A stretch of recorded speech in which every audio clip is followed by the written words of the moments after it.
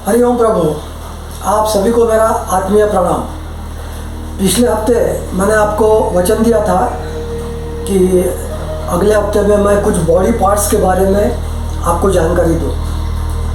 तो सबसे पहले तो मैं आपको हमारे शरीर के जो आंतरिक अंग हैं उनका परिचय करवा देना चाहता हूँ। आपके स्क्रीन पर देखिए एक पिक्चर है, वो हमारे आंतरिक अंग है और नीचे उनके नाम भी दिए हुए हैं।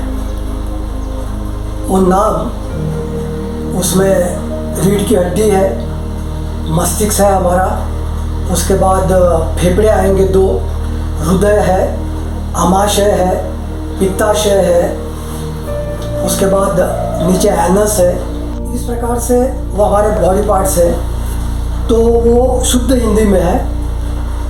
तो आपको अभी मैं जो बॉडी पार्ट्स का जो चित्र है उसको पूरा फोकस उसके ऊपर करवा देता हूँ, पूरे स्क्रीन के ऊपर, ताकि आप उसको ठीक से देख पाएंगे। आपके सामने जो पिक्चर है आंतरिक अंग हमारे, सबसे पहले तो ऊपर का ब्रेन है, आपने देखा ही है। उसके बाद नंबर 2 का जो है वो रीढ़ की हड्डी है, वहाँ से शुरू हो जाती है।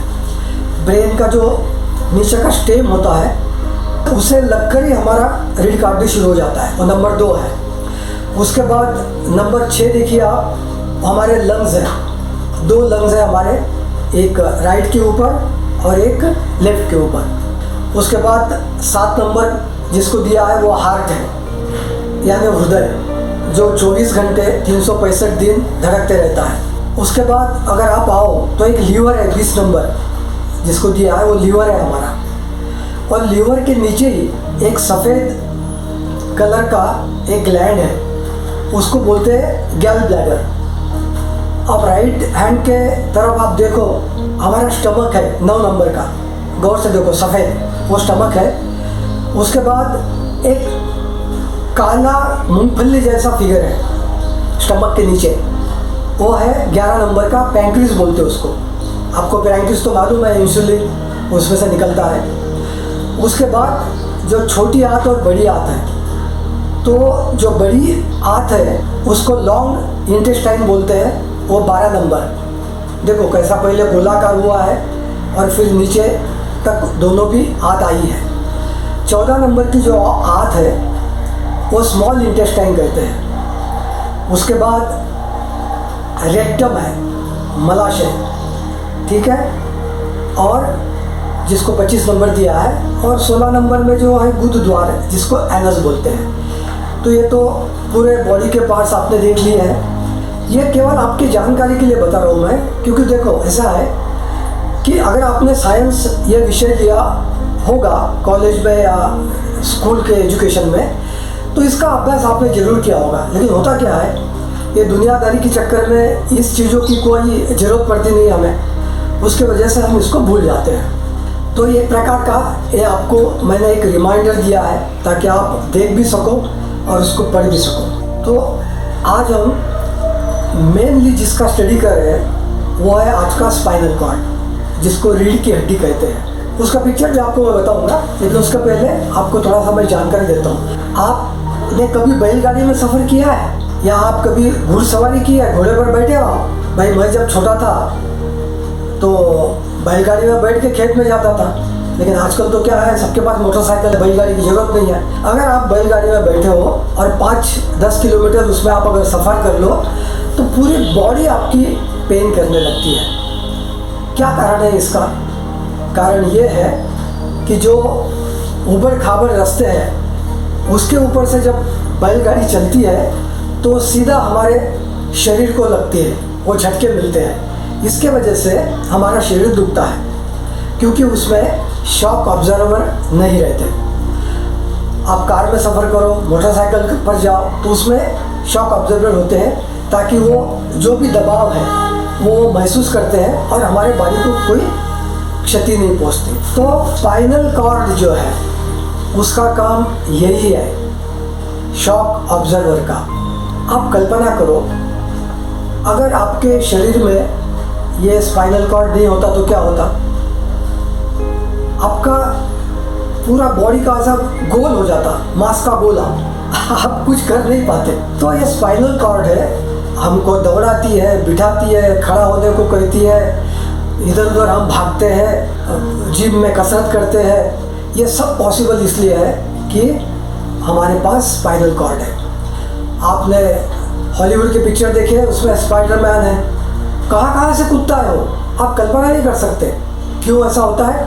Because of spinal cord. हमारी साइना मिर्ज़ा टेनिस खेलती है, और बाहर के देशों में भी जोकोविच है, नदाल है, फेडरर है, ये अच्छे प्लेयर्स हैं। वो देखो ग्राउंड को कैसा कवर करते हैं, उनका आप अगर बॉडी मूवमेंट देखो तो एक साधारण आदमी कर नहीं सकता।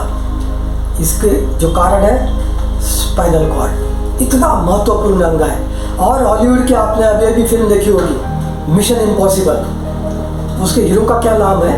हाँ, टॉम क्रूज, ऐसा ही कुछ नाम है हीरो का।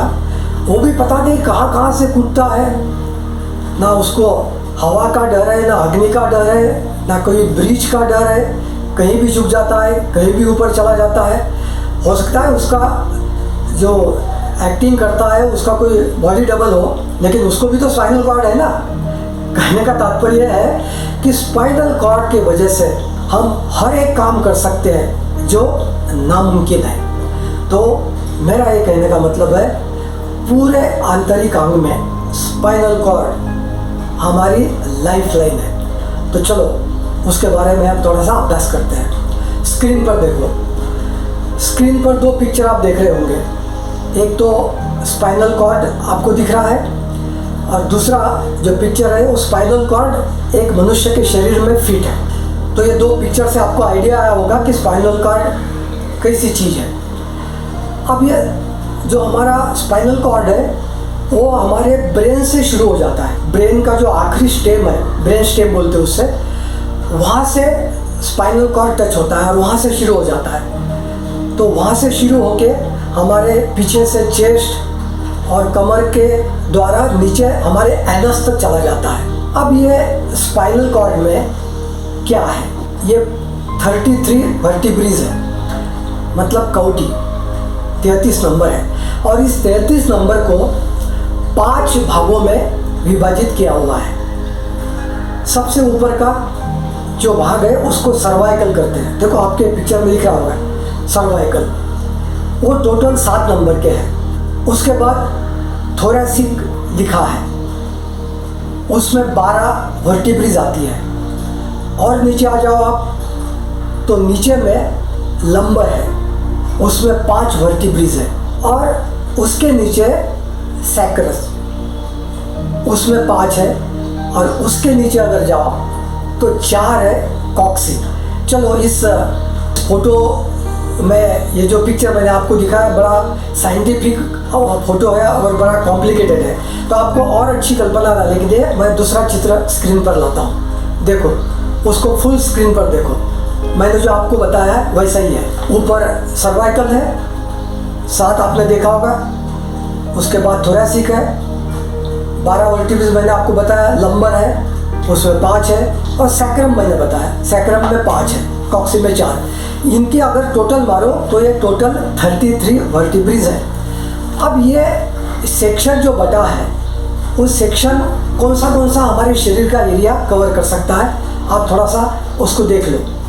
सर्वाइकल में हमारा जो बॉडी का पार्ट्स आता है वो है हमारी नेक, गर्दन, और हमारा चेहरा, और हमारा सर भी आता है, ब्रेन के कुछ हिस्से भी आ जाता है। उसके बाद जो थोरैसिक है उसके अंदर अपर बॉडी आती है, चेस्ट आती है, अपर बैक आता है, और एब्डोमेन मतलब हमारा पेट आता है। वो थोरैसिक वर्टिब्रास के अंदर कवर हो जाता है। उसके बाद आपके स्क्रीन पर होगा लंबर, जिसकी 5 वर्टिब्रीज है। वो लोअर बैक कवर करती है और हमारे लेग्स और फीट। तो कभी कभी साइटिका होता है ना आपको, तो पाँव दुखता है, लेकिन वो तकलीफ पाँव में नहीं होती है, वो आपके लंबर एरिया में तकलीफ होती है। और 5 जो है नीचे के, वो सैक्रम जिसको मैंने बताया है, वो लोअर बैक का पोर्शन हमारे शरीर का लेता है, और पेल्विस जो एरिया है वो कवर करता है। पेल्विस एरिया मतलब हमारे जिनाइटल ऑर्गन और हमारी नाभि, इसके बीच में जो एरिया आता है उसको पेल्विस कहते हैं। तो ये एरिया कवर सैक्रम करता है। इस प्रकार से 33 वर्टिब्रा जो है वो 5 भागों में डिवाइडेड है और उनके जो वर्टिब्रास के जो पोर्शन हमारे बॉडी से संबंधित है वो भी मैंने आपको यहाँ बता दिया है। अब दूसरा मुद्दा, ये तो आपने वर्टिब्रास को और स्पाइनल कॉर्ड को जान लिया। अब क्या है, जैसे कार में शॉक ऑब्जर्वर होते हैं तो उसमें कुछ लुब्रिकेंट होता है, और मैकेनिक कुछ ऑयल डाल देते हैं या कुछ ग्रीस वगैरह अप्लाई करते हैं ताकि शॉक ऑब्जर्वर आपके जो गाड़ी के हैं वो डैमेज नहीं हो, वो दबाव बनाए रखे।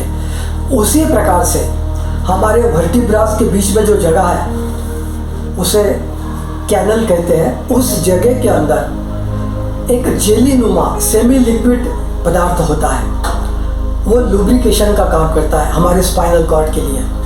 नहीं तो अगर नहीं वो होता तो हमारी स्पाइनल कॉर्ड तो एकदम हार्ड बन जाती स्टिक के माफिक, तो वो लुब्रिकेशन का काम करता है, तो वो भी पार्ट उसके अंदर होता है। अब ये तो सुपरफिशियल मैंने आपको स्पाइनल कॉर्ड के बारे में बता दिया। अब इसका मस्तिष्क, स्पाइनल कॉर्ड और शरीर, इससे क्या संबंध है, ये बहुत महत्वपूर्ण है। देखो, हमारे मस्तिष्क में बहुत सारे सिस्टम्स हैं, नर्वस सिस्टम, एड्रेनल सिस्टम और मोटर और क्या क्या, वो साइंस हमको यहाँ देखना नहीं है। लेकिन हमारी जो नर्वस सिस्टम है मेन, वो हमारे स्पाइनल कॉर्ड के साथ अटैच है। उसमें नर्वस सिस्टम में 2 है, एक सेंट्रल नर्वस सिस्टम और पेरिफेरल नर्वस सिस्टम। तो सेंट्रल नर्वस सिस्टम जो हमारी मस्तिष्क की है वो डायरेक्ट हमारे स्पाइनल कॉर्ड से अटैच है, और पेरिफेरल नर्वस सिस्टम जो है उसका संबंध हमारा जो स्पाइनल कॉर्ड है और बाकी शरीर के जो लिम्स है, बाकी जो मांसपेशियाँ है, बाकी जो अंग है उसके साथ अटैच है। तो इस प्रकार से नर्वस सिस्टम हमारे मस्तिष्क की रीढ़ की हड्डी के माध्यम से हमारे पूरे बॉडी को कवर करती है।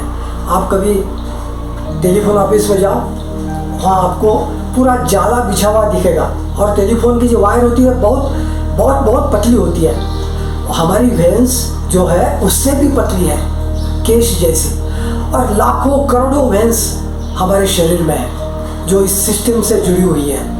तो ब्रेन से अगर कुछ मैसेज देना है तो वो नर्वस सिस्टम के द्वारा वो जो नर्व जाती है वो हमारे स्पाइनल कॉर्ड से जाके उस अंग को इंस्ट्रक्शन देती है कि आपको ये करना है। वाइस वर्सा हमारे शरीर को किसी चीज़ की ज़रूरत है तो वो खबर उस नर्वस सिस्टम के द्वारा थ्रू स्पाइनल कॉर्ड हमारे मस्तिष्क में जाती है, और उस हिसाब से हम फिर एक्शन करना चालू कर देते हैं। तो ये गणित है साइंटिफिक हमारे स्पाइनल कॉर्ड के साथ। तो मैंने शॉर्ट में आपको सब बता दिया है। स्पाइनल कॉर्ड कैसी होती है, दैट कंसिस्ट ऑफ 5 पार्ट्स, उसका संबंध भी बॉडी के साथ आपको बता दिया। फिर हमारा मस्तिष्क और स्पाइनल कॉर्ड और हमारे अंग, इसका संबंध क्या है ये भी मैंने आपको बता दिया। तो आज का अभ्यास हम केवल स्पाइनल कॉर्ड तक ही संबंधित रखेंगे।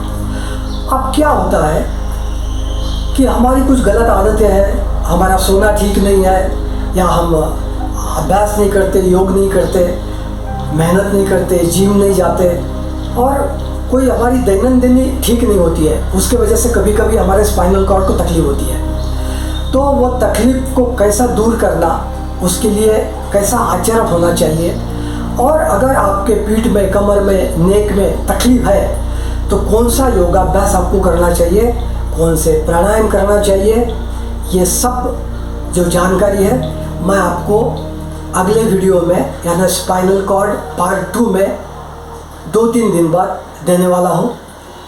तब तक आपसे विनती है कि आप आपके स्पाइनल कॉर्ड का तब तक ध्यान रखिए। नमो नारायण।